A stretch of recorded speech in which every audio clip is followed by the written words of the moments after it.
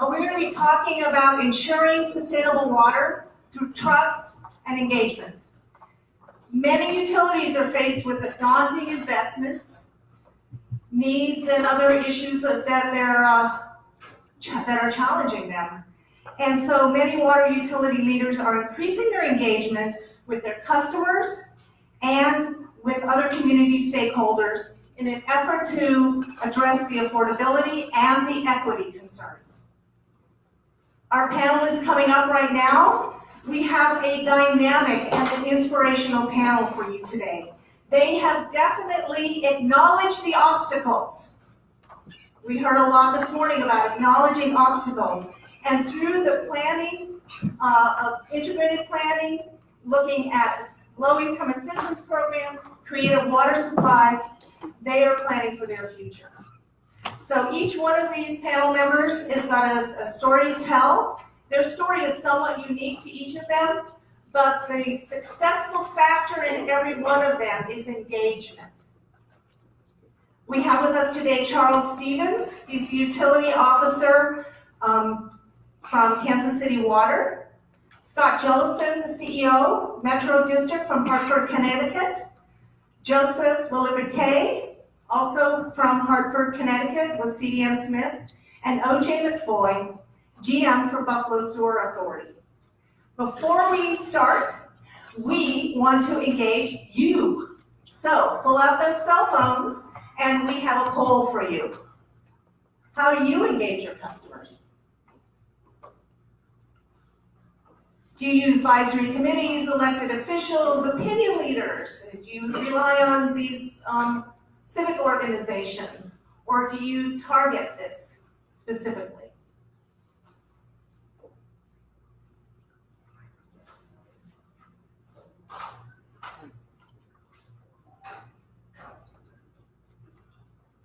Those opinion leaders, who are they?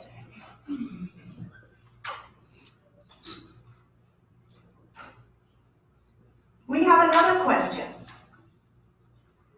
When was the last time you engaged with your customers or your public on an issue other than rate increases?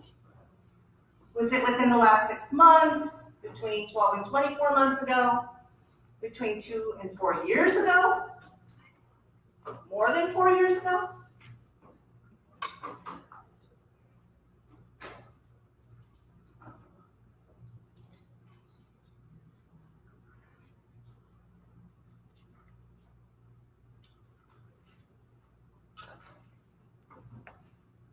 Don't you love how fast this information is coming to us?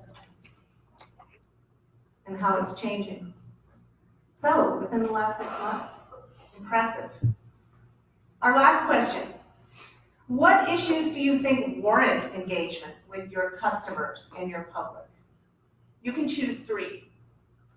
Don't choose more than 3.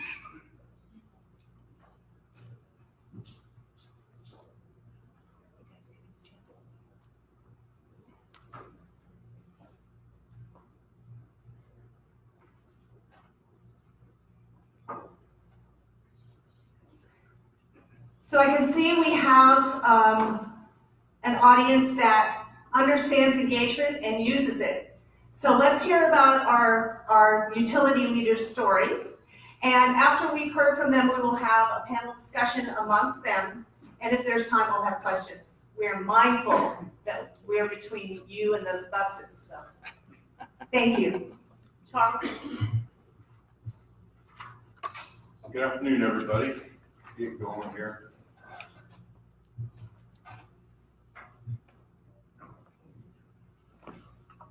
This is a beautiful shot of downtown Kansas City from the World War I Museum there in Kansas City. So I'm here to talk a little bit about our reuse feasibility study we put together last year. It took us about 18 months to really get engaged in it. We had to convince my boss that would be something interesting and worthwhile to do. But I think at the end of the day, it hasn't turned out to be that way.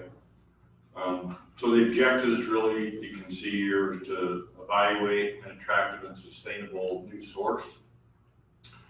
We draw about 80% of our drinking water off the Missouri River, and then the other 20% comes from vertical wells that are down the alluvium.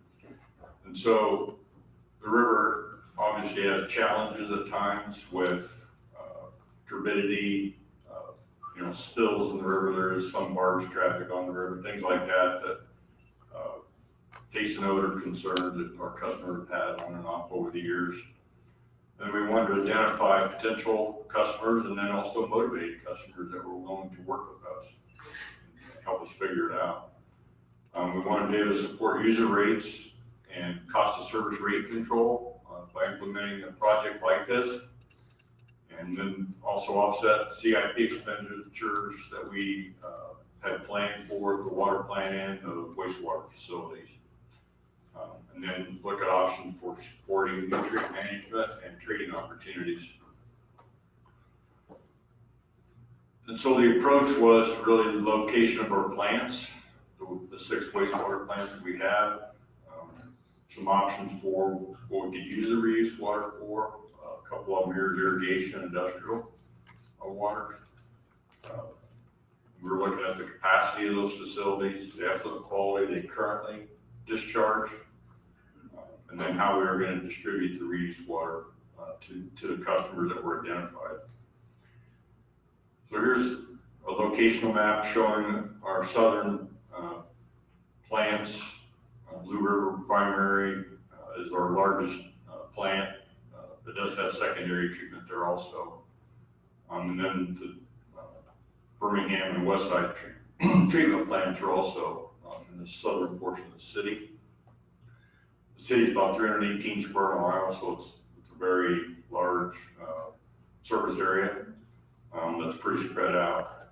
Then most of the northern plants are on the northern rim of the city limits, much smaller facilities, but we thought there might be opportunity there to do ag irrigation or golf courses, something like that. And so we had our partner Black and Beach do an analysis around these facilities. They have our customer billing data from our water bills, and they're able to look at the largest customers within a 1, 2, and 3 mile radius of those facilities. They reviewed the effluent quality and quantity from those facilities to figure out what type of treatment that we might have to provide with the reuse, depending on the customer. So they compiled all that history. We screened that and internally with us. We worked with Black and Beach to build a survey, non-potable survey. So we sent this out to our customers. And then if they showed interest, it looked like it might be a potential, we contacted them personally and found that we had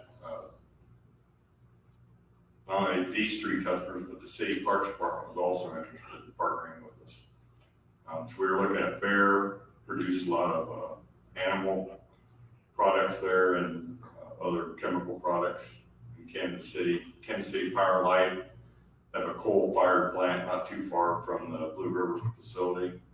And then Veolia Energy is a kind of a hub of cooling and steam, summer and winter for downtown Kansas City. We did look at irrigation for ag, but we're in a water-rich area at times of the year, more than we know what to do with. Now we're in a slight drought that we're going into, so it varies a lot, but it just didn't look like that would be a very good cost model to follow. So here's Veolia Energy. You can see off on your far left, and then the Blue River secondary treatment facility and the primary facility, and that relationship with KCP and Ellen Bear. So here's a graphical representation of what we were trying to do. We looked at the water master plan, and we did a facility plan for the water treatment plant also. So we were looking at projected growth in water consumption, looking at that over a long time horizon. So the blue line kind of shows you how we can defer those capital costs if we were successful in implementing about 10 MGD worth of reuse. So we could push those capital projects out 10, 15 years. And so the industrial uses seem to be the best fit in our situation. So, we use for cooling. That cooling water had to have low BOD and TSS. We didn't want to have bacterial drift coming from those facilities. Cooling, wash down, other non-food human access, other potential industrial uses. So there's various options that existed for the non-pot. We could pull the water directly from the primary side of the plant or the secondary side. At the end, we determined it would be best to pull it off the secondary side of the plant. Kind of a satellite treatment method that we were looking at for Viola was basically a scalping facility right out of the collection system. And then we all looked at all these different alternatives, looked at the varying costs, the water quality, just operational concerns. All those things needed to be considered when we were looking at this. Here's kind of the cost evaluation. There's a lot of things that went into that. Depending on the location, size, it looks like the non-pot is viable. We're going to continue to evaluate that. We're looking for new opportunities with all of our community partners we currently have and new ones that are looking to move to the city. We just had some really good conversations a few weeks ago with a potential new customer coming in that could use another 5 MGD, and then we're pretty firmed up with another customer that could take about 3 MGD of reuse water. So the cost model we built, the one thing nice about reuse facilities are pretty modular. So we looked at a 2.5 MGD scale, 5 and 10 MGD scale. So you can see what the costs there are for the primary side of the Blue River plant, secondary side. Again, that was another reason we wanted to go with the secondary side of the plant for the reuse. Then you can see our current water bill per 100 cubic feet, $4.48. So it looks like it would provide value to our customers and help us with our rates moving forward.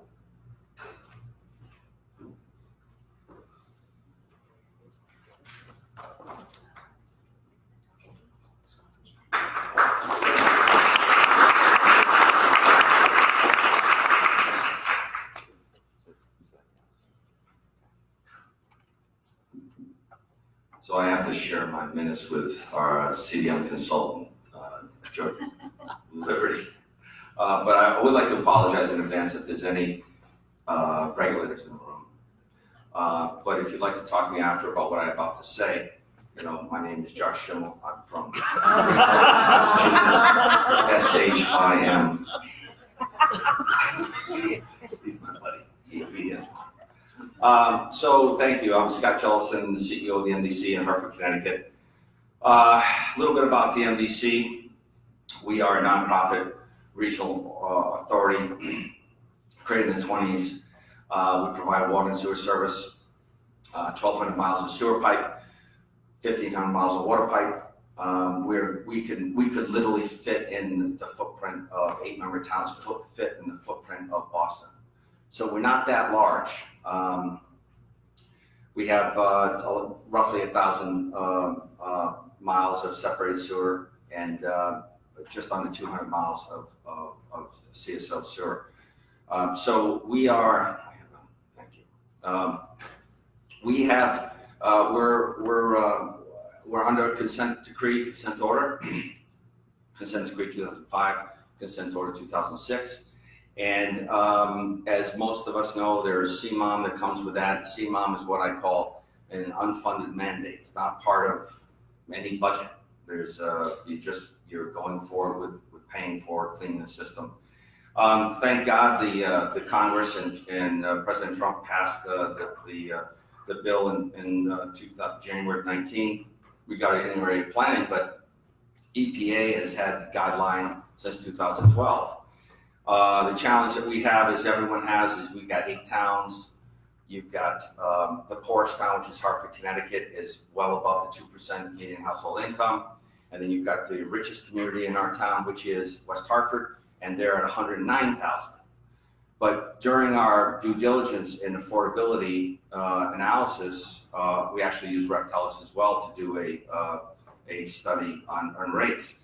What we realized is that every community, every part of each of our communities has the 10 to 25 percentile. Every town's different, but 10 to 25 percentile HMI is like Hartford. So you can't just look at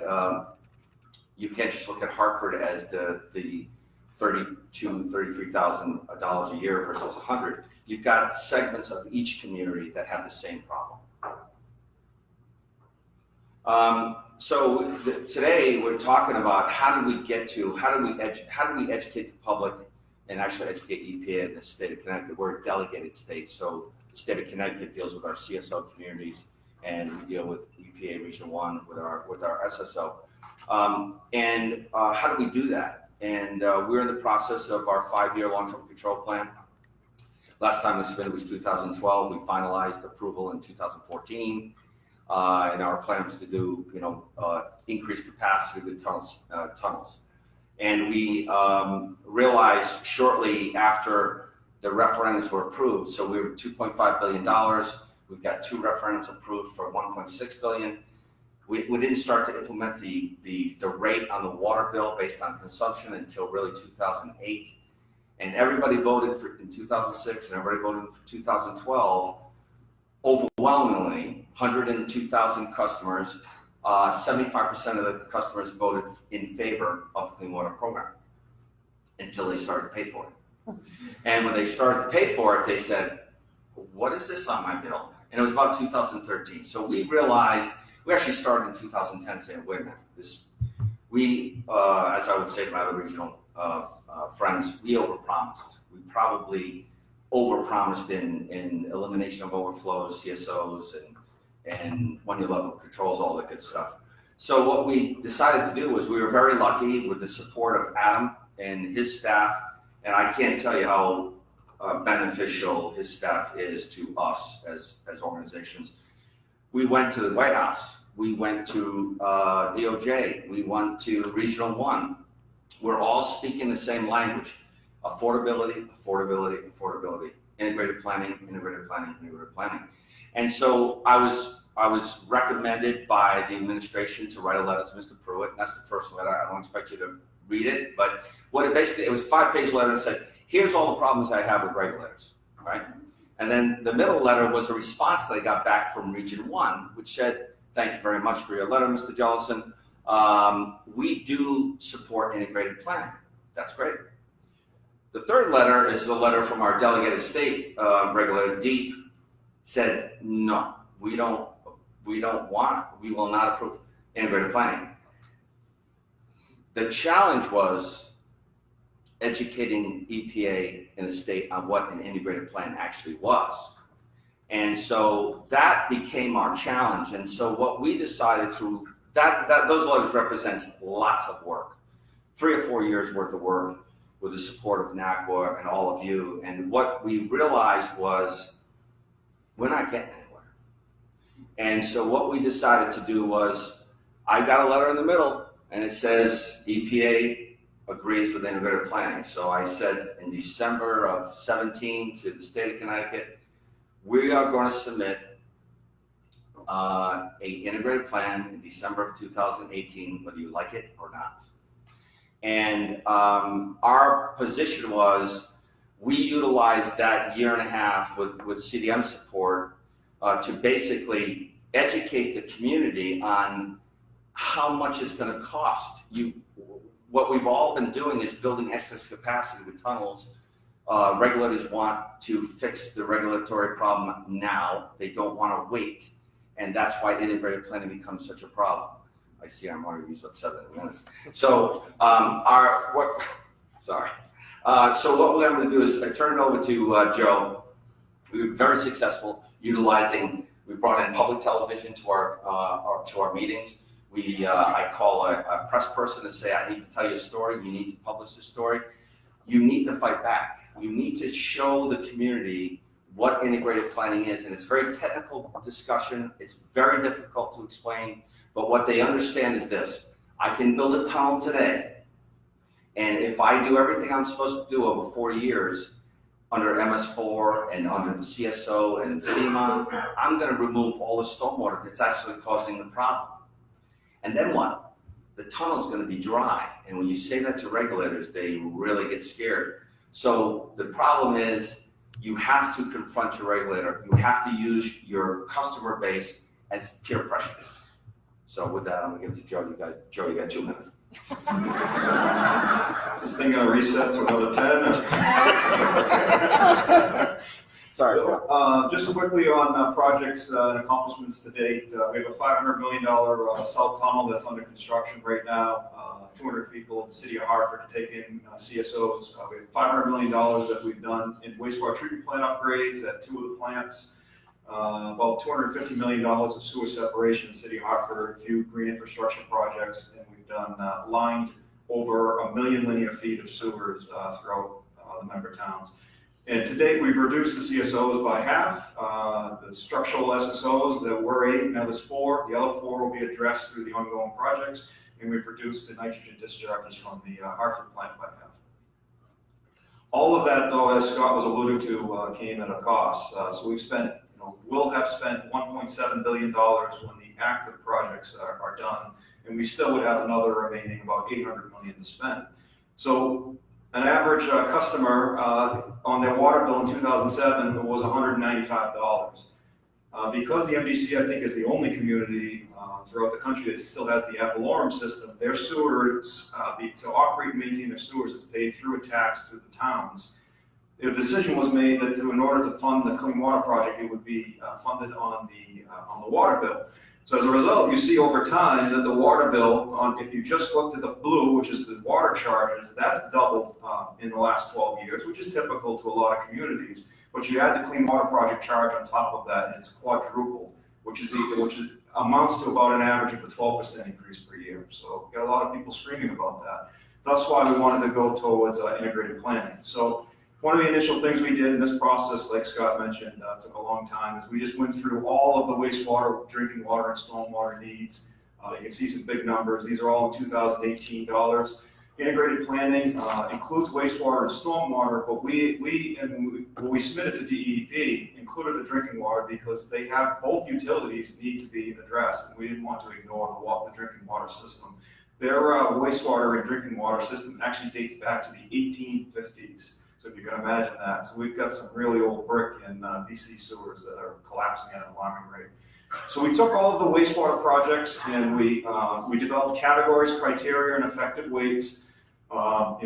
The 5 categories were environmental, regulatory, infrastructure, asset management, and probable construction costs. Each of those had sub-criteria and an effective weight. And we put all of the projects through this system, and all of this was done with CT DEP in the room through 17 workshops in order to come up with which project was number 1 and which one was number, say, 200. And we, based on the affordability analysis, we came up with a 40-year plan. So and we were looking for about 30 to 40 years when we did all of our needs assessment. So now to the point of the presentation is how did we, as Scott mentioned, how did we engage, the public and the towns and the board and whatnot. I gave some version of this presentation over a 2-year period, probably about 50 times, throughout the 8 member towns. So district board presentations, that's pretty obvious, to get their board on board, but it's open to the public, and the environmental group and some of the key stakeholders that would be opposing often attend those meetings. So they were there, and I was able to talk to them after the fact. We also had, in Hartford, they have these neighborhood revitalization zones. So we went to a bunch of those meetings. They have a lot different views. So a lot of these presentations, we geared them to the audience. And, they're screaming, especially when we went into the communities that had the least median household income. They were screaming about how much their water bill was and how this needs to stop. And it's completely different than, say, if you're meeting with an environmental group that's telling you to hurry up and do everything right away. Met with civic groups. The DPW engineering staff, when we started going around to all the town managers, a lot of them were saying, what is integrated planning? I have no idea. So they would turn to their DPW and their engineering and say, what is this that MDC is talking about doing? So we had a workshop with all of the town DPW engineers for about a half a day to go over the whole plan, answer all their questions, so when their town managers asked them, they could be educated on it.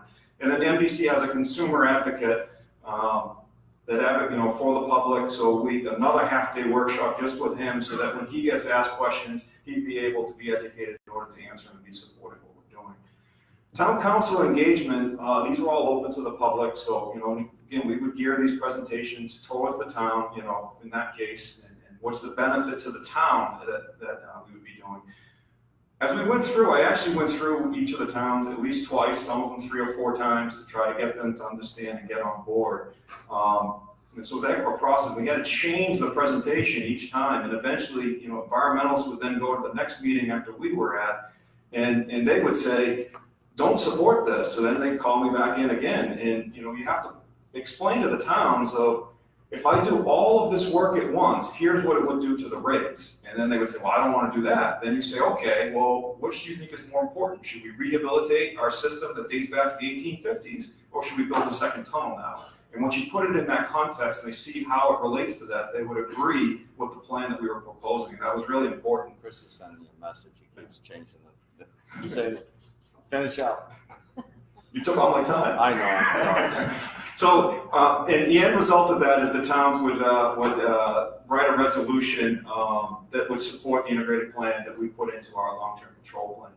This is more outreach versus engagement. We used old school and new school because we were really pushing the information out versus engaging, so people would have access to it. Social media, Twitter and Facebook. We did, as Scott mentioned, the board meetings were taped, and then we put them up on YouTube.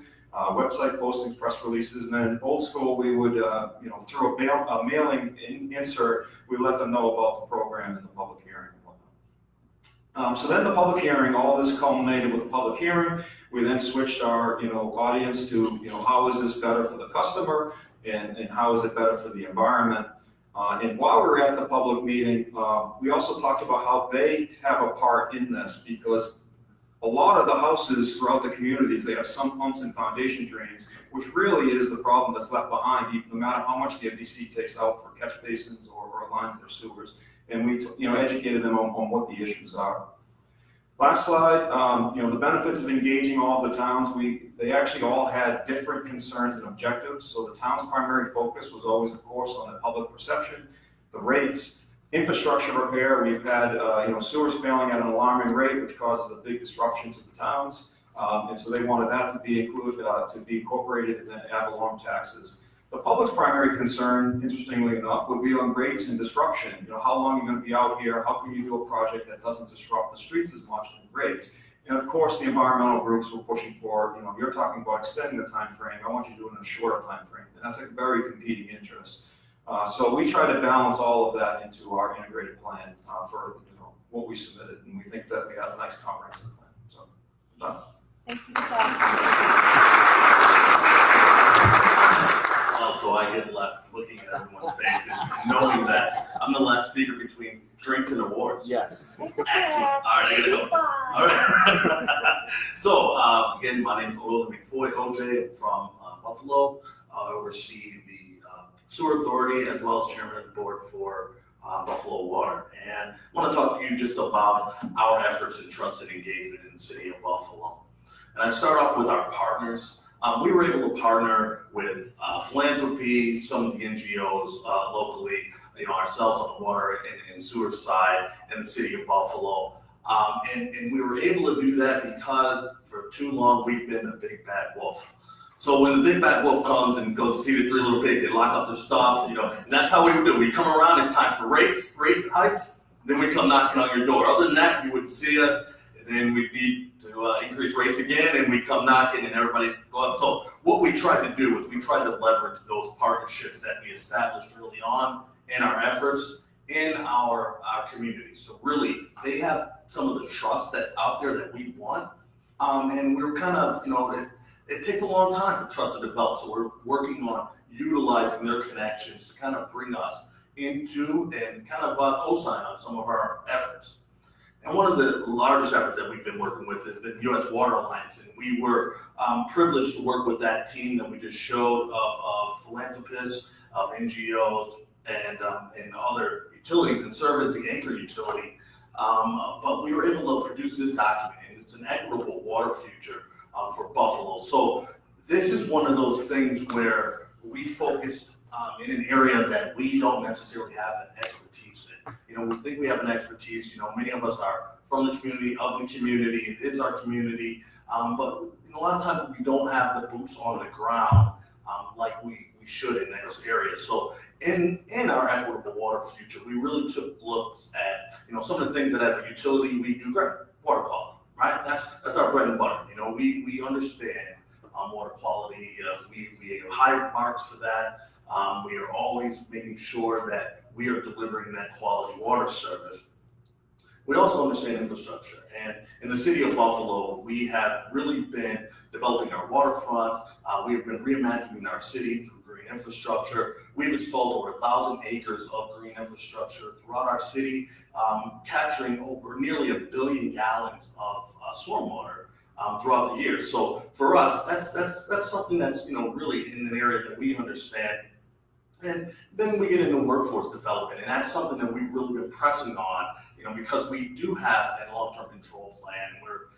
We're 5 years in, and we know that this can be transformative. So we go around and we kind of talk to our K-12 folks, the kids, because that's our next workforce set. So when we talk about workforce development, we're talking about breaking out the stormwater kit and going into the classrooms. We actually offered up what's known as WaterWorks, and we did an 8-session program along with some community centers over the summer, and that was just wonderful to watch. Your engineers, you come in there and you get to play with some Legos. We get to show some stormwater, but really, when we talk about workforce development, that's it. We have jobs from you just want your high school diploma, or you want a PhD. You can be in our lab. So. But one of the things we really focused in on in our equitable future was affordability. So I know as utility managers, we all focus on affordability, and affordability is from the beginning to the end. It talks about our bonds and the efforts we do to make sure that we're paying the least amount that we can for our bonds. It focuses on us being efficient, energy efficient, efficient with our programs such as CMOM and things of that nature. All of that ties into affordability. But if you look at this map right here in Buffalo, we're not unique, but we are in pretty rough shape. Buffalo is one of those places where we are an industrial legacy city. We've come up with that new term. We used to say Rust Belt, but we're an industrial legacy city. So as the steel mills left and packed up and went back across the waters, we were left holding the bag with just industrial legacy. So you look at those areas right there, and you look at the poverty within our city, along our west side and along our central area that's kind of known as our east side. It's almost like a big check mark through the city of Buffalo. And it's one of the main things that we really, we struggle with. So our residential affordable water program that we developed over this past 18 months really focused on at the beginning. So one of the biggest things we had a declining rate structure that really was focused into 3 buckets, primarily for our residential, commercials, industrials, heavy users. But we're looking at that in a different way.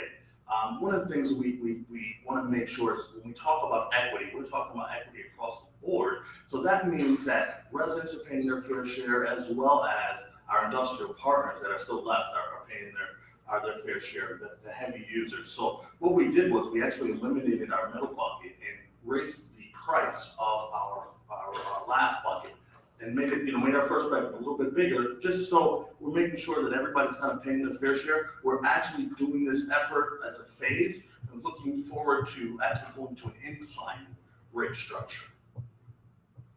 So our program that we needed was, it was necessitated because we were about $4 million in the hole. So we needed to raise rates, and we knew that we couldn't raise rates. If you look at that last slide where I showed you our city and I showed you the poverty areas, we couldn't raise rates on the back of all of our folks. So Buffalo has a 31.8% poverty rate, which is, places us third or fourth behind Detroit, Cleveland, and maybe Newark.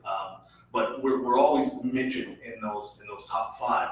So what we developed as a structure was we knew we needed to get approximately $5 more a month out of our folks. So we developed a program where our low-income folks that qualified through federal guidelines would not see the rate increase at all. And then our very low-income folks would actually see a reduction in rates. So this is just one of the areas that we looked into. And if you look at our seniors, I mentioned this before, I think we're paying our seniors for the water. Because our senior citizens, we've already had a 35 to 40% discount for our seniors, but we actually carried that along to our low income and our very low income seniors. Now, I would love to say that we did all of this, and it was purely for the folks and our low income folks, but we actually got some recognition from Standard & Poor's. So we just went out for a bond offering, and Standard & Poor's specifically mentioned our residential affordable water program and the efforts that we put forward, kind of forward-looking and making sure that we're addressing some of the major concerns in the city of Buffalo, and upped our bond rating. Now, that upping of our bond rating over the lifespan of this is going to save us in the tune of about $4 million. So we were really excited about that. And the next steps. You can have the greatest program in the world, but if nobody joins, it means nothing. So we look at our customers, and we believe the program that we've set up, we should have about 60% participation. Now, we got a lot less than that right now. So one of the efforts that we're doing is we actually went out for, we don't use the term marketing, we went out for an education and outreach consultant that's going to help us develop a program and material to really get that reach out. We're patterning it off of, come October in the city of Buffalo, we're a little cold, so you will see, National Fuel is our local utility that runs gas, and you'll see they run the heat program. You will see a heat billboard or a digital billboard on every bus, on every every building on the sides. And we don't have that type of money. It'd be great if the $3 billion was moved over and we established our water heat program. But for us, we're going to do something along our range and along what we can afford. But that's really our next step in that area. That's it. Look at that. See that?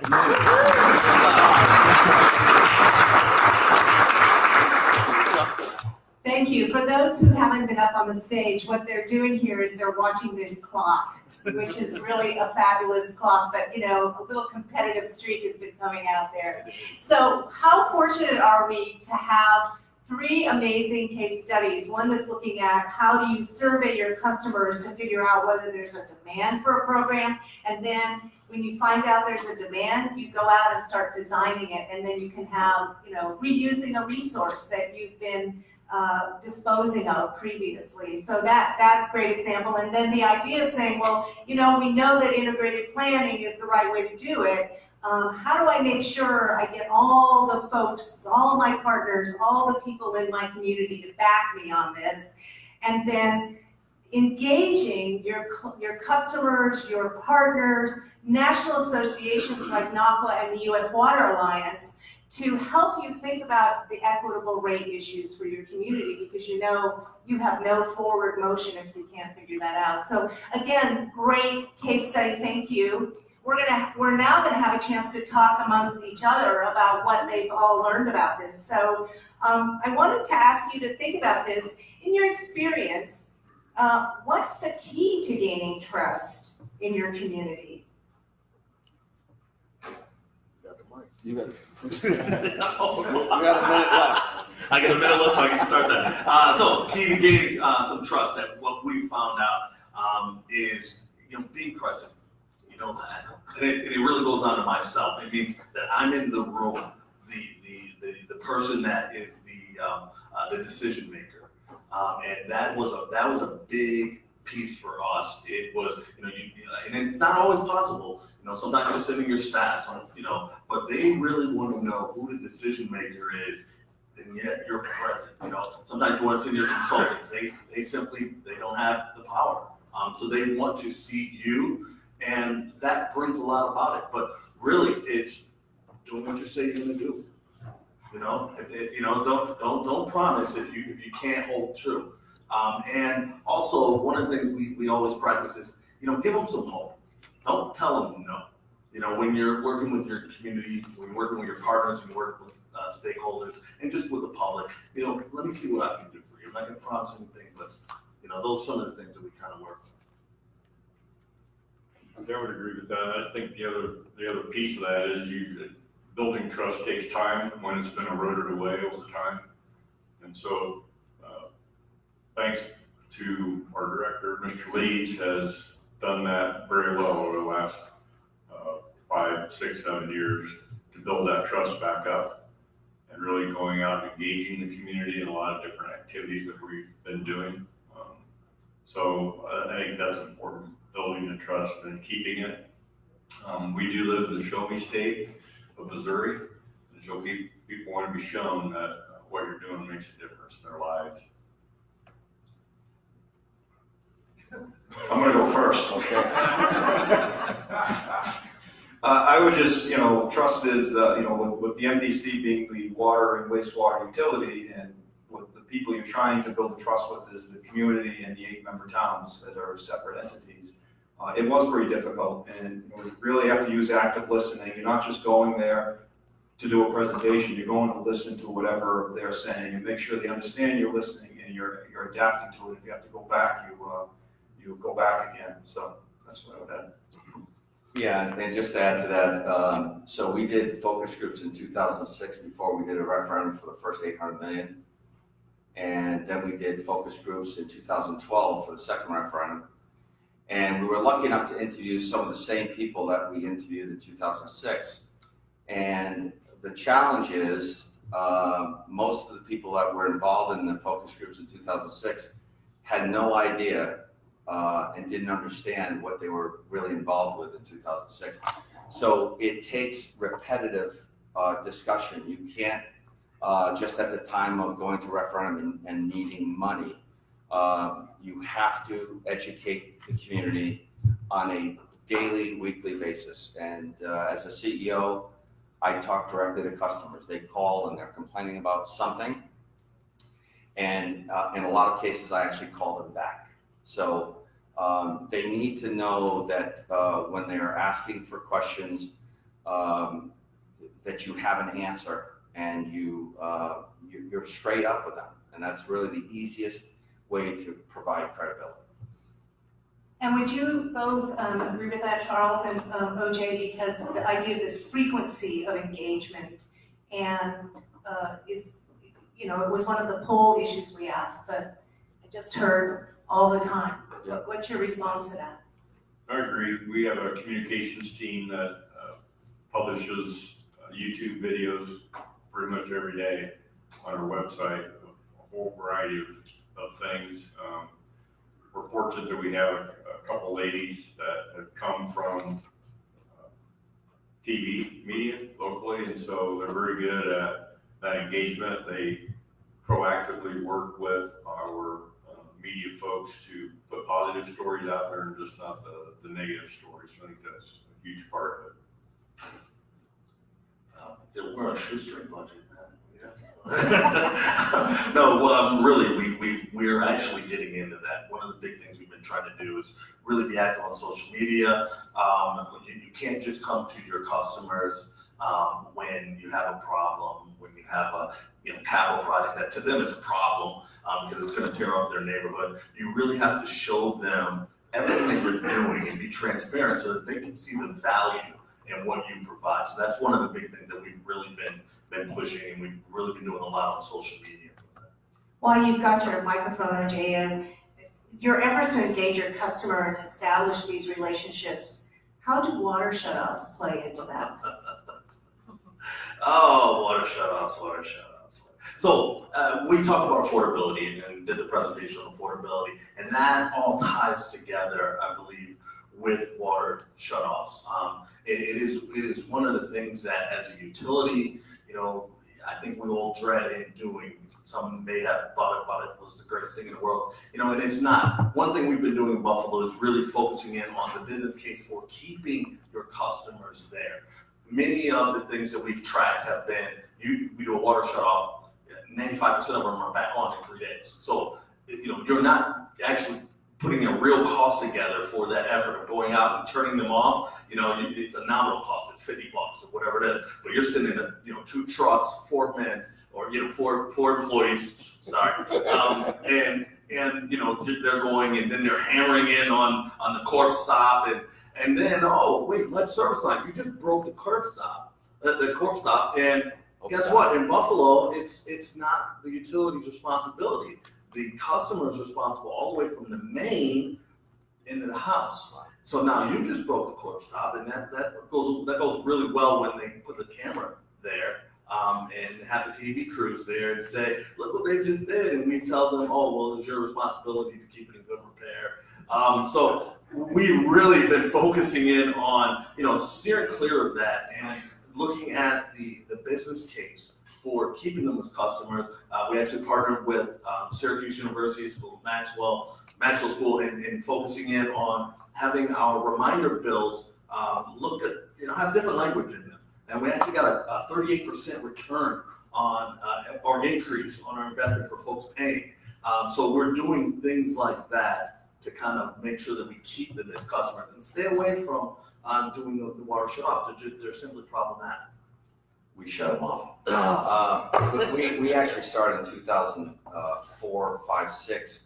One of our biggest challenges we had at that time, we had out of 102,000 customers, we had 40,000 customers that were estimated bills, old AMR type, telephone hardwired meter systems, and we started to implement 2008 radio frequency. And one thing that did for us was our average water bill, a shut-off water bill, was in the 2,000 range. And because we actually developed real-time information, we just finished our last phase 4 from 2008. Now we have 1,500 estimated bills. So what that has done for us is it's allowed us to become, we have real-time information. So when someone wants to complain about their actual bill, we have real information for it. And now our average shut-off bill is $500. So it's done a tremendous effort just by having that real information. But the shut-off process is challenging. Weather like this, we suspend shut-offs because it's the right thing to do. Well, we have somebody looming over here. Okay, So I want to thank this panel. This was a great. Just being present, and is that right? Okay, just being present. That's the But Terry, before we release everyone, since I've got the microphone, and I won't have another opportunity to do this, I want to take the opportunity not only to thank this panel, but I also want to send my regards to Paula Danfeld for the amazing job she's done for this organization over 32 years. I know personally that everything that I've been able to do with this organization has been some way, shape, or form connected with Paula. So thank you, Paula. I know you're not in the room. And thank you, panel. And here we go, Terry. Let's give him a big round of applause. Very good. Please don't forget about this evening's award ceremony and reception at Nicollet Island Pavilion. The buses leave at 5:30 from the lobby, so